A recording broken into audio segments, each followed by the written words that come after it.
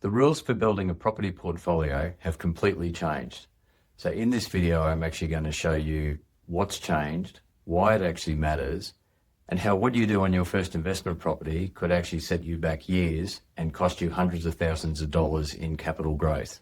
So in terms of understanding what's changed, we've first got to have a look at what the existing situation was and how things have changed. So we look at a typical investment property, there's three key ways that property is funded. And that's actually from the tenant,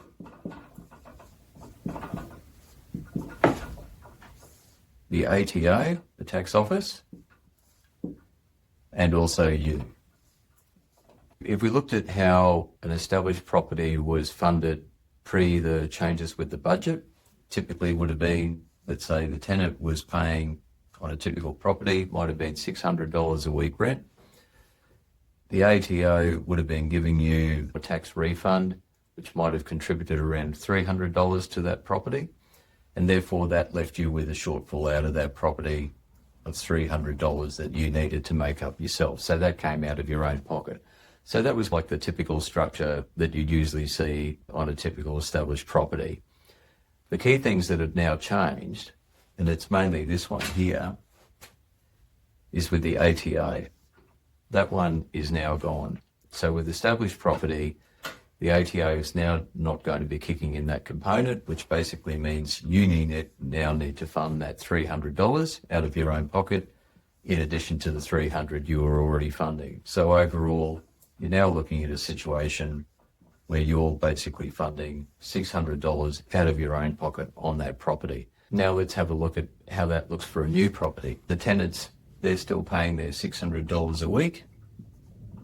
But over here, we've got a slight difference in terms of how that funding typically looks, because there's a bit more coming back from the ATO via a new property than an old property, even under the previous rules. So we'd have the ATO funding about $400 on that property, and then the balance from you, basically $200. And in some cases, you might be able to push that down further, squeeze that down to $100 a week or even less. Sometimes you might be able to get that pretty close to neutral, but nonetheless, that's where new's sitting.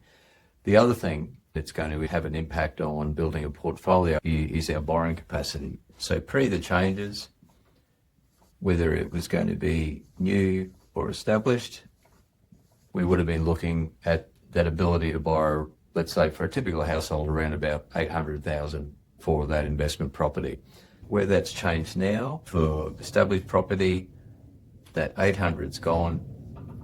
You're probably now looking at about $200,000 drop down to $600,000.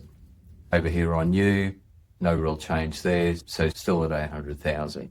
Obviously, the smaller this number gets, that number might creep up a bit, but let's just say, for argument's sake, pretty much whether you were looking at new or established pre-budget, borrowing capacity was probably generally sitting roughly around the same on either of those options for your typical household. So let's have a look at how that would flow through if we were trying to look at building a portfolio. So we'll have a look at going down the established paths to start with. Obviously, we know there's stamp duty and all those things, but I'm just going to keep it pretty simple and say that we've got the ability to buy a $600,000 property. So we buy that first property for $600K.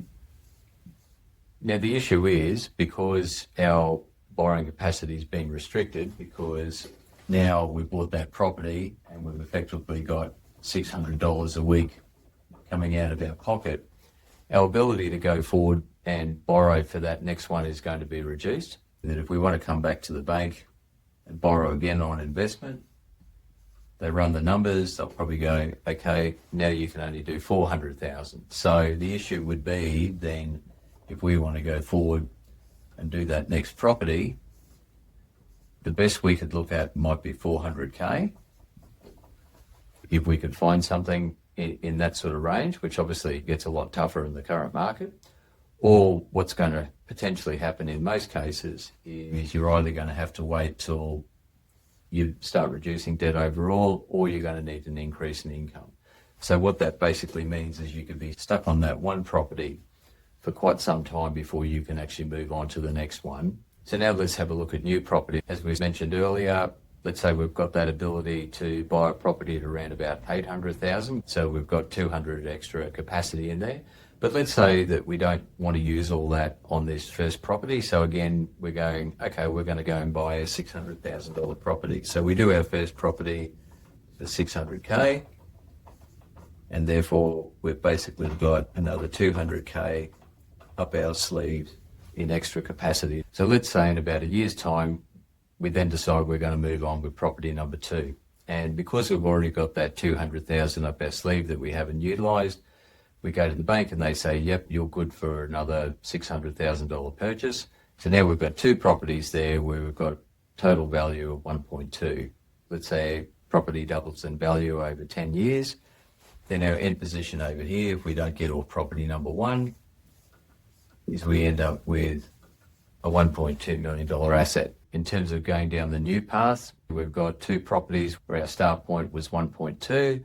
So if those properties double, we're then looking at a situation where we're out to 2.4 million. Basically a $1.2 million gap between going down the established path and going down the new path, primarily because we're going to have that restriction around capacity. But the other factor in there, of course, is, let's say, for example, that you were somehow able to stretch that capacity, okay, to 600K, and you were able to do those 2 properties. The issue would be is that even if you can do those 2 properties, your outgoings now is going to be $1,200 a week, as opposed to down here where we're looking at $200 a week for each of those, $200 a week for each of those properties. So our whole cost there is only $400. So for the established property, it's going to be costing us 3 times as much out of our pocket to control those assets, even if we could pull off being able to do 2. But if you still have debt on your home as well, that means that if you've got $1,200 a week going out of your pocket to fund those investment properties, that's cash that you actually can't channel into your home loans. That's going to slow your ability to be able to pay down that home sooner. Whereas looking at the new scenario, if those 2 properties combined are only costing you $400 a week, compared to the cash flow up here, you've got $800 a week extra that you've got available to try and pay that home off sooner as well. That's why it's critical before you jump in and do anything is to get an understanding of what the numbers are going to look like under different scenarios. What are the numbers going to look like if you want to do established? What are the numbers going to look like if you want to do new? Or if you want to do a combination?